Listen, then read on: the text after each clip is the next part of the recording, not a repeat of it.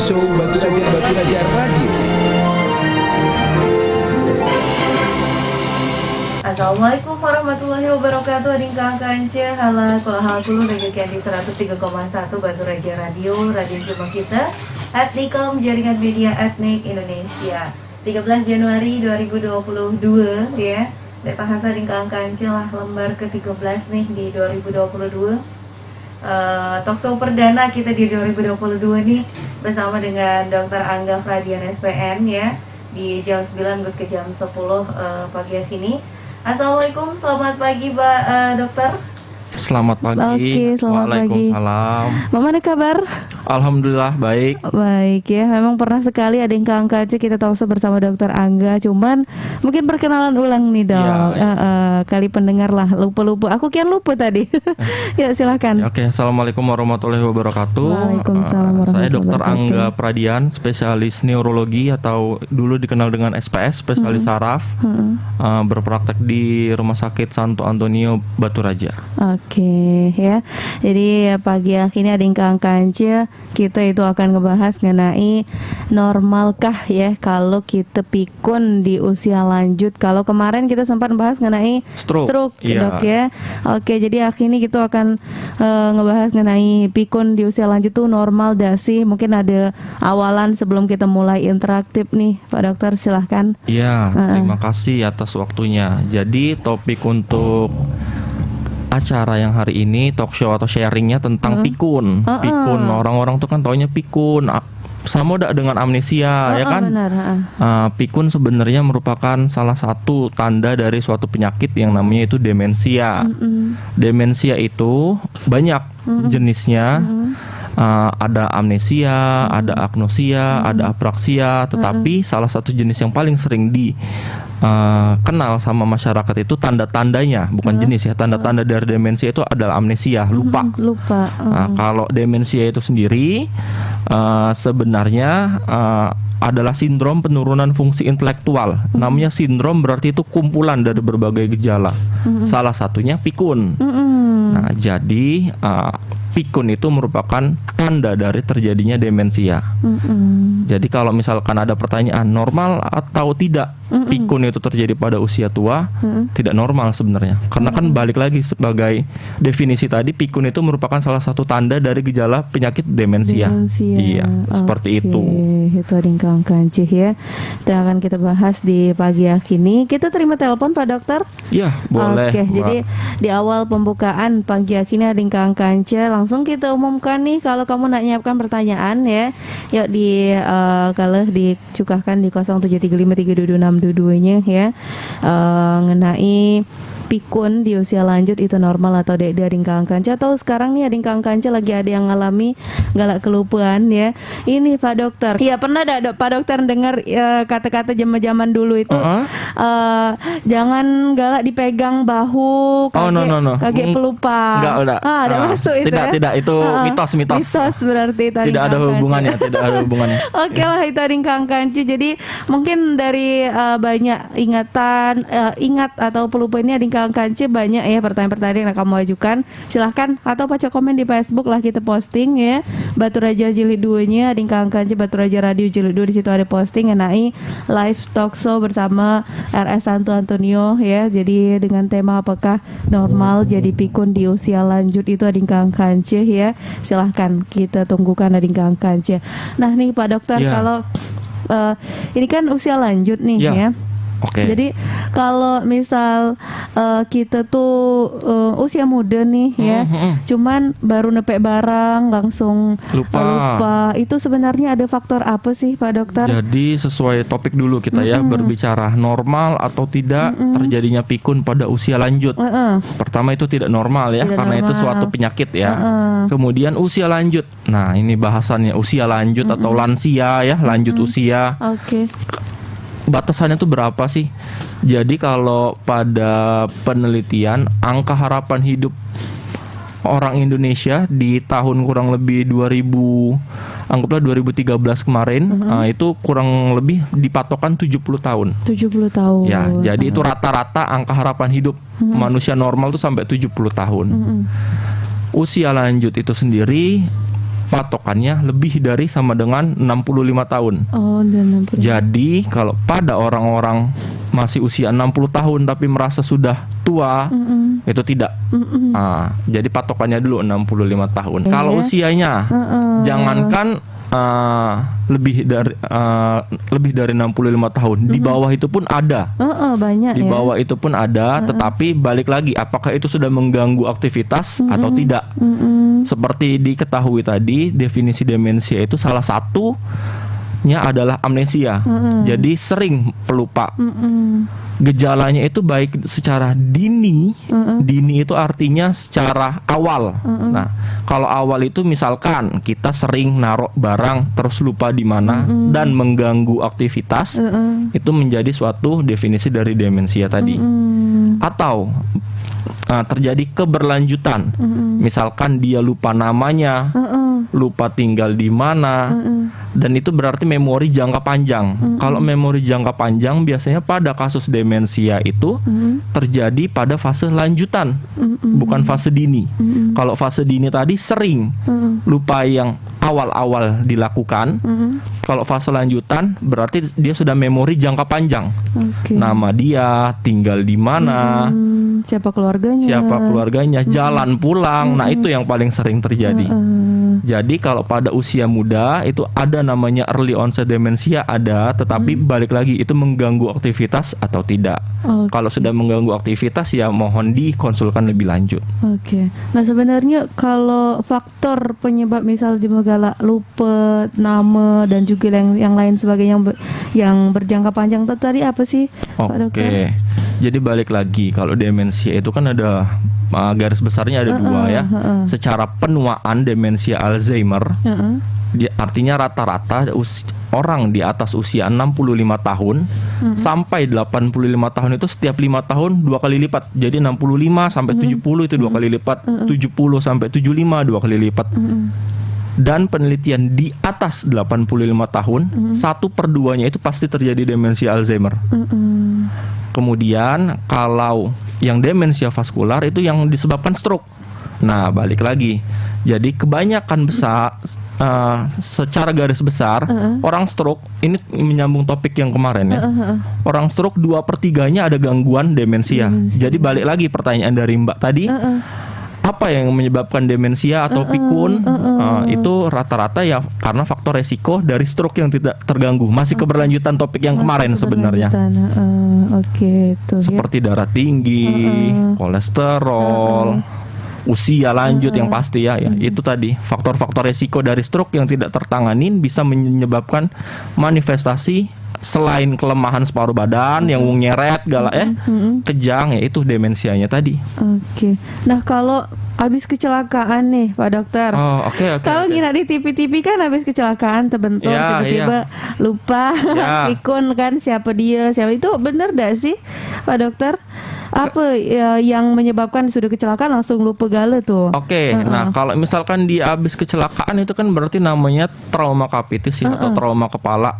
Dia di dalam kejadian trauma kepala itu ada yang namanya concussion syndrome, ada kontusio. Nah jika hal itu terjadi memang bisa menyebabkan gangguan memori, tetapi hal tersebut seiring kalau gejalanya itu sudah berkurang, nyeri kepala berkurang, misalkan lebamnya berkurang, aktivitas sudah bisa kembali normal. Patokannya 8 minggu sampai 12 minggu hal tersebut akan kembali normal secara penelitian. Tetapi jika lebih dari 8 minggu atau 12 minggu, 2 sampai 3 bulan ya berarti ya, gangguan memori itu menetap, mohon dikonsultasikan lebih lanjut. Itu ada kawan-kawan. Karena kan kalau nginak secara langsung jemu yang lupa ingatan itu belum ya, cuman nginak di TV-TV itu sering kan sampai harus diterapi betul. untuk membalikkan ingatannya. Ternyata itu memang benar ada kawan-kawan ya. Yuk nih karena lah 11 menit minggu dari jam 9 pagi ya. Kita permulaan talkshow kita masih panjang waktu. Jadi untuk kamu yang nak nyiapkan pertanyaannya silahkan diulangi lagi 0735322622 atau WA di 081271195755. Nggut ke jam 10 kita di talkshow Batu Raja Radio bersama Rumah Sakit Santo Antonio Batu Raja. Talkshow Batu Raja Radio. Masih berlanjut tadi Kang Kanci, inilah 18 menit minggu dari jam 9 pagi nih ya. Jadi dari tadi kita bahas pikun tadi Kang Kanci ya, tapi masih kurang paham ya, karena kan di kalangan kita nih masyarakat, apalagi masyarakat awam, pikun ya lupa ingatan baik ya. Kadang lupa naruh ini ya, lupa tadi Kang Kanci ya. Lupa itulah yang tahunya sebenarnya pikun tuh yang lebih besarnya lagi pengertiannya tuh apa sih Pak Dokter? Oke. Jadi kita sekedar sharing aja ya, meluruskan yang perlu diluruskan. Jadi orang taunya pikun itu lupa ingatan, tetapi lupa ingatan itu kan namanya amnesia. Nah, apakah seluruh amnesia itu pikun? Saya rasa tidak. Karena kalau lupa ingatan tetapi dia masih bisa makan, dia masih bisa aktivitas sehari-hari atau namanya activity of daily living, itu bukan dikatakan pikun. Nah, yang bermasalah ini adalah orang dengan lupa ingatan atau amnesia, tetapi dia tidak bisa lagi untuk melakukan aktivitas sehari-hari. Loh, kok bisa? Bisa. Jadi kalau pada pasien demensia itu harus terdapat dua kategorinya. Dia lupa ingatan atau amnesia tadi, dan terganggunya aktivitas sehari-hari. Misalkan dia lupa namanya, dia lupa naruh barang di mana, dia lupa untuk mau ngapain, inisiasinya tuh dia lupa, dan dia tidak bisa melakukan aktivitas sehari-hari. Misalkan dia awalnya itu sebagai akuntan, dia akhirnya tidak bisa lagi melakukan aktivitas sehari-harinya, atau dia sebagai insinyur, dia tidak bisa lagi. Nah, berarti itu sudah mengarah ke arah demensia. Demensia itu yang lebih tepat untuk disandingkan dengan kata pikun. Jadi pikun bukan merupakan 100% lupa ingatan gitu. Aman lupa-lupa kian biasa ringkangkan cak lupa itulah namanya Pak Dokter ya. Ternyata definisi pikun itu ringkangkan besar nian. Kalau kita lah lupa ingatan tapi mengganggu aktivitas lupa nama yang mengganggu lah jelas Pak Dokter ya. Lupa sekali. Nama kita dewe, aduh itu ringkangkan lah ternyata besar nian ya mengenai pikun. Nah, kalau gejala nih Pak Dokter, gejala-gejala demensia, terus kalau gejala-gejalanya tuh yang lah perlu pengobatan itu yang mana sih Pak Dokter? Balik lagi sekarang, gejala demensia itu ada dua, ya, gejala kognisi atau gejala yang sering dikaitkan dengan memori, dengan ingatan dan lain-lain, itu kognisi, dan kedua gejala non kognisi. Jadi misalkan apa non kognisi itu? Pada orang tua ada namanya sundowning syndrome. Jadi misalkan dia kalau siang-siang di aktivitas biasa, terus kalau malam dia tiba-tiba berubah jadi agitasi atau temperamen, atau berubah pola behaviornya. Nah, itu sundowning syndrome. Jadi hal tersebut yang sudah mengganggu aktivitas. Kemudian gejala yang non kognisi lainnya seperti gangguan berjalan, lebih temperamen, ya seperti itu. Jika kedua hal tersebut, baik gejala kognisi dan gejala non kognisi tersebut balik lagi, sudah mengganggu aktivitas sehari-hari, itu ya kondisi tersebutlah yang sudah harus dibawa untuk kontrol ke dokter spesialis saraf terdekat. Itu yang sudah lanjut. Jadi kalau misalkan awal-awalnya dia seorang yang aktif, seorang yang produktif, tetapi tiba-tiba terjadi gangguan memori atau amnesia yang secara tiba-tiba, itu tanda awal terjadinya penyakit yang harus ditangani secara lebih lanjut. Jadi tergantung dari kita mau perspektifnya di mana, apakah mau di screening terlebih dahulu atau memang sudah mengganggu aktivitas. Toh kalau untuk di screening terlebih dahulu itu akan lebih baik dibanding yang sudah aktivitasnya terganggu. Seperti itu sih, Mbak. Itu. Nah, kalau untuk mencegah nih Pak Dokter, mencegah terjadinya demensia nih kan, apalagi mumpung kita muda nih Pak Dokter, karena kan pikun itu udah normal kata Pak Dokter tadi ya, itu penyakit. Jadi kalau kita nak mencegahnya cak mana nih?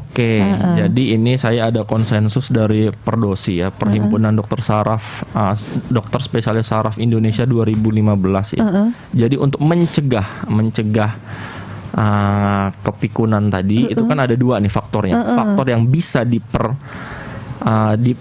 dimodifikasi atau faktor yang tidak bisa dimodifikasi. Dimodifikasi. Kalau yang tidak bisa dulu, usia kan tidak bisa ya. Nggak baca. Di atas 65 tahun, setiap 5 tahun terjadi 2 kali lipat, dan di atas 85 tahun 1/2-nya pasti terjadi. Itu tidak bisa kita modifikasi. Jenis kelamin atau seks ya, jenis kelamin ya. Cewek itu 2 kali lipat lebih cenderung beresiko untuk terkena demensia. Kenapa tuh? Secara penelitian ya. Kemudian untuk tingkat intelijensi. Nah, jadi seseorang yang dilahirkan dengan adanya sindroma Down, misalkan sindroma Down atau retardasi mental yang sekarang namanya itu adalah disabilitas intelektual kalau saya tidak salah. Jadi anak yang terlahir dengan kedua kelainan tersebut akan lebih cenderung mengalami kejadian demensia. Itu yang faktor yang tidak bisa dirubah, modifikasi. Kalau faktor yang bisa dimodifikasi, ya balik lagi yang tadi, hipertensi, merokok, gaya hidup, pola makan, asupan pola makan itu yang paling sering harus dibatasin garam, gula, dan rokok sebenarnya. Rokok itu yang paling mudah sebenarnya kan. Jadi ini ada perubahan gaya hidup yang bisa diberikan. Makanannya itu harus bervariasi, tetapi harus minum cukup, rendah lemak, tidak boleh ada alkohol, kurangi garam, kurangi gula, dan stop merokok. Oke, itu kawan-kawan. Itu prevensi atau pencegahan yang bisa kita lakukan secara dini ya. Sebenarnya kalau hal-hal itu dilakukan bukan cuma demensia yang patut kita hindari. Semuanya, sakit jantung, stroke, dan lain-lain. Yang itu tadi ading kawan-kawan ya. Yuk kita sekarang mulailah ading kawan-kawan mulai pola hidup sehat ya, untuk lebih baik ke depannya lagi. Oke, yang ada gabungan nih 25 menit minggu udah jam 9 pagi 0735322622. Mana nih pendengar yang biasanya rami kok manahi belum berdering telepon kamu bilang Uhang. Kita tunggukan nih. Bahasan kita menarik loh ya. Di WA juga 0812 7119 5755 ya. Kita tunggukan good ke jam 10 ini di Kang Kanca di Talkshow Batu Raja Radio bersama Rumah Sakit Santo Antonio Batu Raja. Talkshow Batu Raja Radio. Lanjut lagi ading Kang Kancil 37 menit minggu dari jam 9 langsung beralih 38 ya. Ibu ingatkan terus waktu, takutnya kamu ada janji kelupaan ya. Apalagi nih cuaca panas, cuman ada mendungnya pula ading Kang Kancil, tapi banyaklah tekina akapnya ya. Tapi semoga panas lah ading Kang Kancil ya, karena lah berapa hari ini hujan terus. Halo, selamat pagi Bung Lipa. Pagi, dengan Ibu siapa di mana? Ibu Yana Bung di Pengaringan. Oke, nak nanya apa Bung Yana? Nak nanya ini Bung. Iya. Ini kan masalah pikun. Pikun. Aku ada puyang Bung. Puyang. Lumayan tua. Biasanya Bung, kalau pikun itu gejalanya pekian Bung. Oke. Terus di usia berapa biasanya galak kena pikun tuh? Karena kadang-kadang kami yang masih sampai 30 tahun nih kan kadang galak lupa. Ya langsung dijawab Pak Dokter deh, ngapa kita ulang lagi biar lebih paham ya. Oke, terima kasih pertanyaannya. Jadi ini saya restatement lagi aja ya. Kalau misalkan usianya itu yang memang paling sering di atas 65 tahun ya. Di atas 85 tahun itu hampir 1/2. Jadi usia ya udah ya terjawab ya. Kenapa kalau pada usia muda bisa sering terjadi itu jika amnesianya tadi terjadi, hilang ingatan hanya sedikit-sedikit, lupa di mana naruh kunci, atau ibu-ibu paling sering udah ngunci pintu apa belum, udah matiin kompor apa belum. Kalau sekedar itu tidak masalah dan tidak mengganggu aktivitas. Balik lagi yang tadi ya, tidak mengganggu aktivitas. Balik tentang gejalanya tadi ada dua, gejala untuk memori dan gejala non memori. Sorry, saya revisi, gejala kognisi dan gejala non kognisi. Gejala kognisi tadi amnesia, gejala non kognisi tadi yang perubahan perilaku ya, gangguan berjalan. Nah, itu gejala-gejala dari demensia atau yang sering disebut orang awam dengan pikun. Oke, itu dia Ibu Yana ya. Jadi juga itu pacak dicegah Ibu Yana, bukan galak ya. Kata Ibu Yana tadi kan galak berarti mau katanya Iya, ya. iya. Guys, sebenarnya itu pacak dicegah, cuman yang dari pacak dimodifikasi tadi uji Pak Dokter tadi mungkin salah sikunya umur ya. Ya, Kalau usia. memang lah tua puyang ibung, ya memang dek tahu Ibung Yana ya. Lanjut lagi nih Pak Dokter.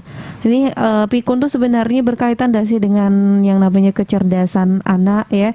Atau Oke. mungkin dari kecil kan Iya, cerdas, tapi apa ada yang lain yang tidak cerdas itu berpengaruh gak sih? Jadi balik lagi ini tentang faktor resiko ya, Resiko. faktor resiko yang bisa dimodifikasi dan tidak bisa dimodifikasi.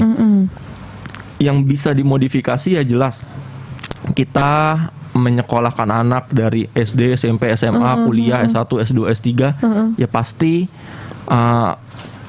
berbeda jika faktor pendidikan tidak ditangani lebih lanjut. Itu pasti jauh berbeda ya. Bukannya kita mengkastakan status sosial, tetapi pasti itu jauh berbeda. Itu dari yang bisa dimodifikasi. Itu kan jelas ya. Jelas itu.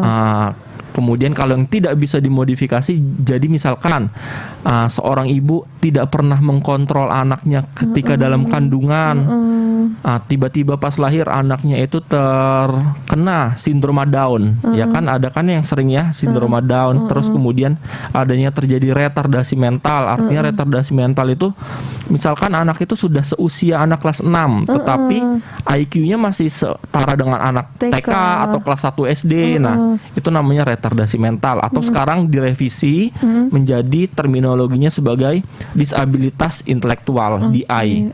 Nah, jika hal tersebut terjadi itu menyebabkan faktor intelijensia yang tidak bisa dimodifikasi sehingga kedepannya akan meningkatkan resiko terjadinya demensia. Nah, jadi faktor untuk kontrol itu tidak dimulai seperti pertanyaan tadi Ibu siapa? Ibu Yana ya. Bukan dimulai dari kakeknya usia 65 tahun, tetapi yang harus dikontrol itu dari kandungan. Dari kandungan. Jadi dari si kakek itu. Di kandung itu gimana persalinannya, kehamilannya cukup atau tidak. Jadi secara holistik kita memandangnya, bukan memandang pas cut off usia 65 tahun saja seperti itu. Oke, tuh tinggalkan Cih ya. Jadi memang masuk gale nih ya, karena kemarin juga sempat bincang-bincang kita ngenai stunting itu kan. Nah, iya itu. benar sekali. Memang dari bayi itu memang harus dikontrol. Oke lah, lanjut telepon kita berdering. Halo, selamat pagi. Assalamualaikum. Halo, pagi. Dengan Ibu siapa nih? Sama Ibu Wati Di SPK. nak bertanya apa, Bung? Iya, ini Bung Halipa nak nanya sama Pak Dokter. Kemarin tuh kan ponaan tuh sempat berobat dengan Pak Dokter Angga. Kena vertigo Pak Dokter. Nah, sudah dikasih obat sama Pak Dokter Angganya. Cuman caknya vertigonya tuh masih ngulang terus. Memang saran dari Pak Dokter disuruh CT scan. Nah, nak ditanya ini ada enggak Pak Dokter jalan lain kecuali CT scan itu Pak Dokter? Oke. Itu Pak Dokternya terima kasih. Assalamualaikum. Assalamualaikum. Waalaikumsalam warahmatullahi wabarakatuh. Oke, terima kasih Ibu Wati. Wati. Out of the topic lah intinya ya. Intinya ini konsultasi lah ya. Jadi kalau pada kasus seperti ini, balik lagi ini di luar kasus apa? Kasus kita ini? Pikun. Di luar kasus demensia atau pikun. Jadi kasus ini vertigo. Vertigo itu namanya sensasi pusing berputar yang sebenarnya dia tidak sedang berputar. Intinya gitu dulu. Kalau kita habis naik korak-korak, kalau kita habis naik ontang-anting di Dufan, kita pusing ya jelas karena kita dibawa pusing berputar. Nah, kalau ini dianya diam, tapi si pasiennya berputar atau lingkungannya yang berputar. Itu dua ya terminologinya ya. Nah, logikanya gini aja. Vertigo itu ada yang bersifat perifer di bagian ujung-ujung seperti telinga, ada gangguan proprioseptif, ekstroseptif atau gangguan sensorik. Pada penyakit kencing manis biasanya bisa terjadi sensasi seperti vertigo, tapi lebih tepat seperti dijelaskan sebagai dizziness. Itu yang vertigo yang sering disebut sebagai vertigo perifer. Nah, kalau yang vertigo sentral misalkan dia ada stroke, ada tumor otak, struknya berat atau infeksi otak bisa menyebabkan vertigo jika mengganggu dari otak pusat keseimbangan. Gimana bedainnya? Ya pakai CT scan kepala.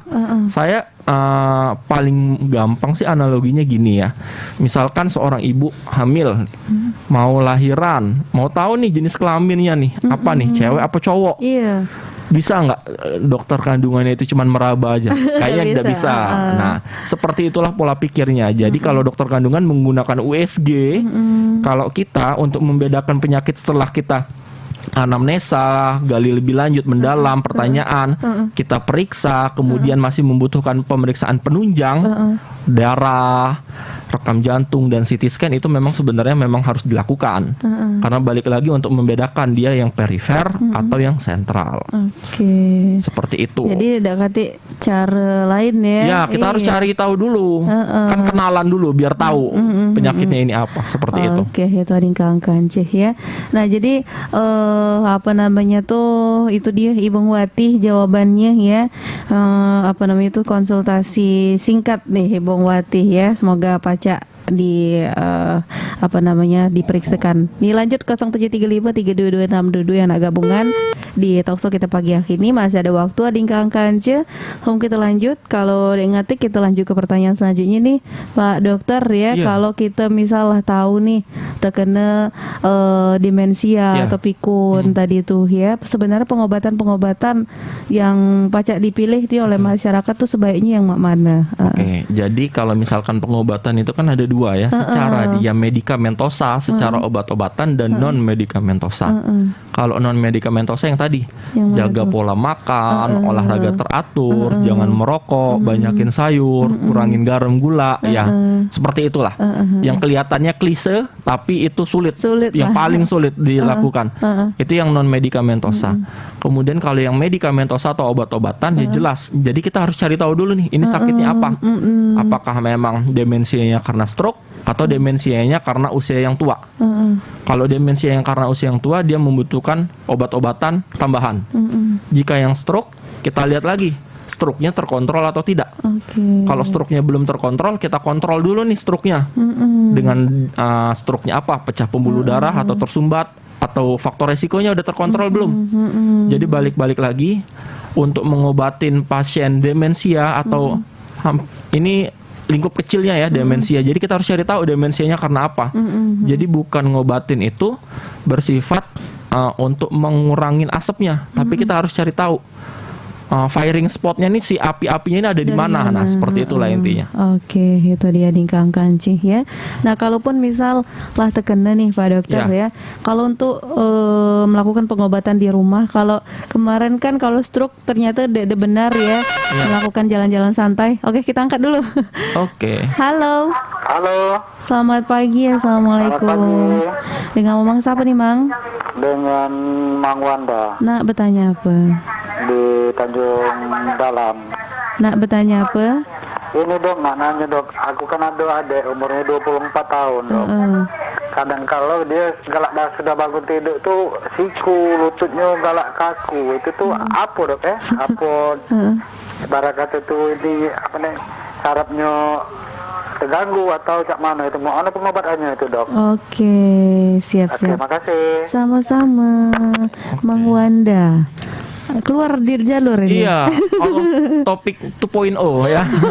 Tidak apa-apa lah Pak Dokter ya. Jadi kalau pada kasus seperti ini, balik lagi kita harus cari tahu apakah dia memang hanya kaku pada lututnya saja, atau memang ototnya saja, atau kakunya karena pas bangun tidur, atau hanya pas lagi aktivitas berat. Kita tidak tahu apakah dia habis lari maraton sehari 2 hari sebelumnya jadi kaku, atau dia sebagai pekerja yang buruh kasar di pasar, kan banyak yang mengangkat berat kan, atau dia habis aktivitas berat. Kita harus cari tahu. Jadi proses untuk tahunya itu, pasien datang, kita tanya dengan mendalam, itu namanya anamnesisnya yang mendalam, kemudian kita periksa, habis itu kalau memerlukan ronsen, CT scan atau lab, kita lakukan. Jadi untuk menegakkan suatu diagnosis itu tidak sesimpel kita cuman via telepon sebenarnya.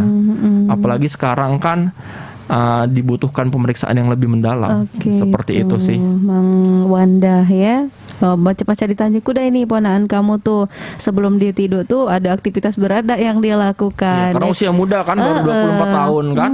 Takutnya kamulah panik, ternyata sebelumnya dia sudah ngangkati pasir ya.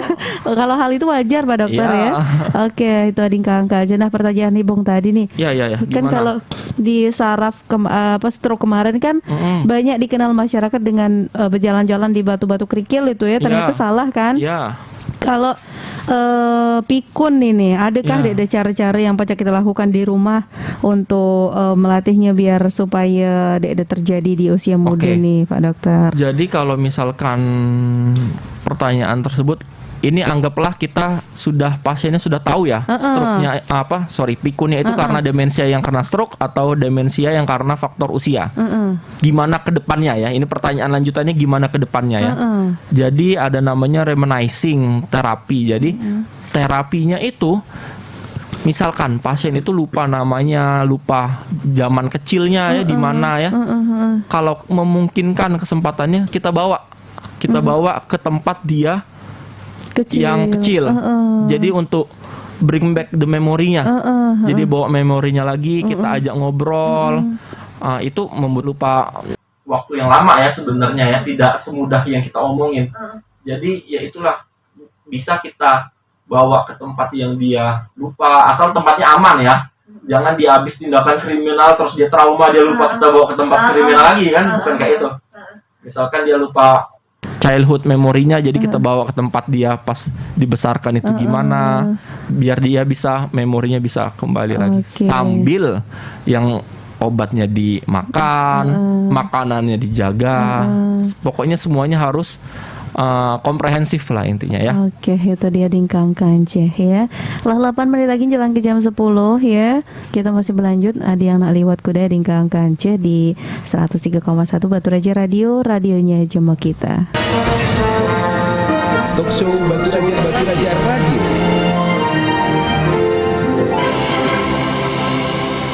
Ini adingkang kanceh memang masih banyak sebenarnya kalau nak dibahas segala dek sudah Pak Dokter ya. Panjang adingkang kanceh. Cuman terima kasih banyak nih untuk yang gabungan di interaktif kita pagi ini, juga mungkin ada yang nak disampaikan sebelum kita nutup nih Pak Dokter. Silahkan. Terima kasih Mbak. Jadi take home message-nya ya, pesannya untuk teman-teman semua. Jadi pada kasus pikun itu sesuai tagline-nya, normal atau tidak di usia lanjut. Pertama itu tidak normal. Ya, tidak normal terjadinya pikun karena pikun itu merupakan suatu tanda dari terjadinya penyakit demensia. Ya, apabila pikun itu sudah terjadi, balik lagi ke teman-teman, apakah memang mau langsung di screening untuk mengetahuinya, itu jauh lebih baik dibanding pikun yang sudah terjadi adanya gangguan activity of daily living atau gangguan aktivitas. Jadi intinya semakin cepat untuk ditanganin, semakin cepat berkonsultasi, itu semakin baik ke depannya. Karena walaupun pikun itu terjadi di usia tua, sebaik-baiknya ya usia tua itu tidak ada gejala, bukan? Apalagi untuk usia-usia muda nih, jangan itu kan usia tua. Jadi kalau usia muda, perbaiki gaya hidup, pola makan, kurangin merokok atau nge-vape atau yang lain pun itu harus di stop sebenarnya untuk memperbaiki kualitas hidup ke depannya.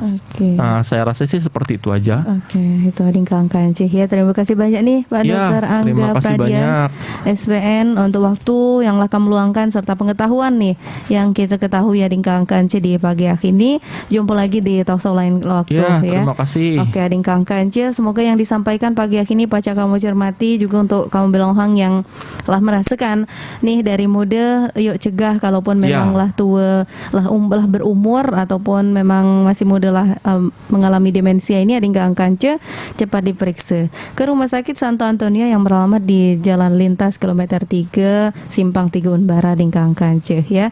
Silahkan di sana ada Dokter Angga yang akan ada langsung untuk berkonsultasi secara langsung karena pemeriksaan pembahasan secara langsung jauh lebih baik Jauh lebih dibanding baik. telekomunikasi ya. Oke, Terima Tari kasih. Kacih, ya. Ibung pamit bersama Dr. Angga di Talkshow pagi ini. Sudah ini ada rundingan yang lebih lagi. Santan Kince, sajian santai keluarga tercinta bakal dikancol Ibung Nur selama 2 bidang keadapan ya.